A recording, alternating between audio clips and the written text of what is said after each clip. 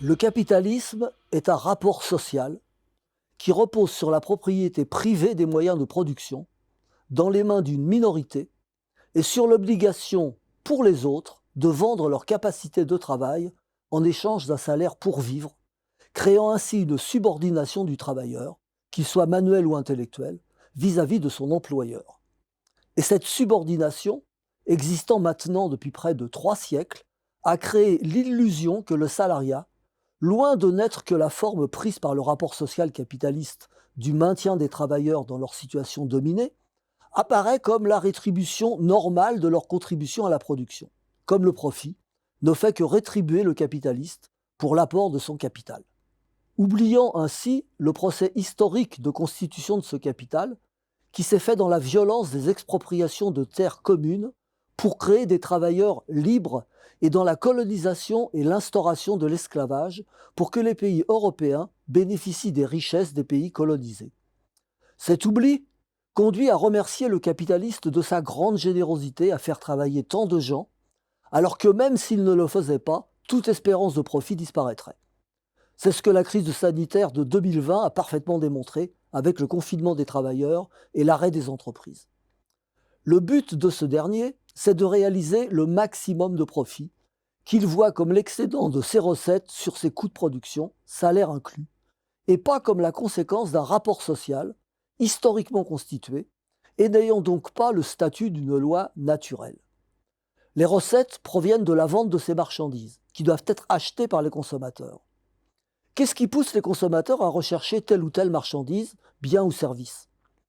L'économie néoclassique répond que ce sont ses préférences, et elle s'émerveille de ce que, alors que l'homo economicus ne s'occupe que de lui, la confrontation des préférences aboutisse à un équilibre économique.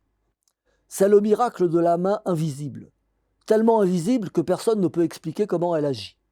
Quant à l'équilibre, il n'existe que dans une démonstration mathématique, certes impressionnante, mais sous des hypothèses extrêmement fortes qui ne sont pas vérifiées dans le monde réel.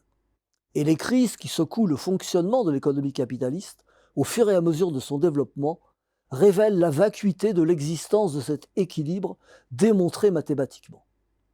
Pourtant, un peu de réflexion nous dit que les préférences sont endogènes à la société où elles se forment.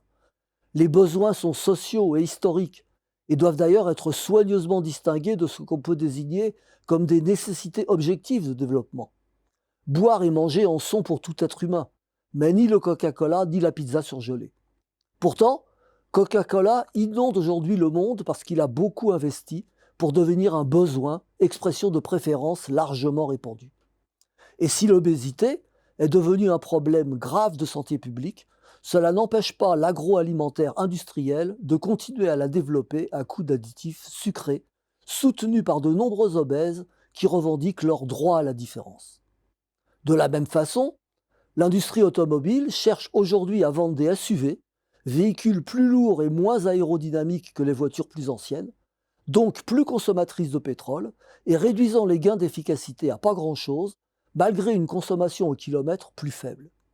Elle le fait à grand renfort de publicité, qui tente et réussit à convaincre le consommateur que ses préférences le poussent vers ces SUV au moment où la lutte contre le changement climatique devient de plus en plus urgente.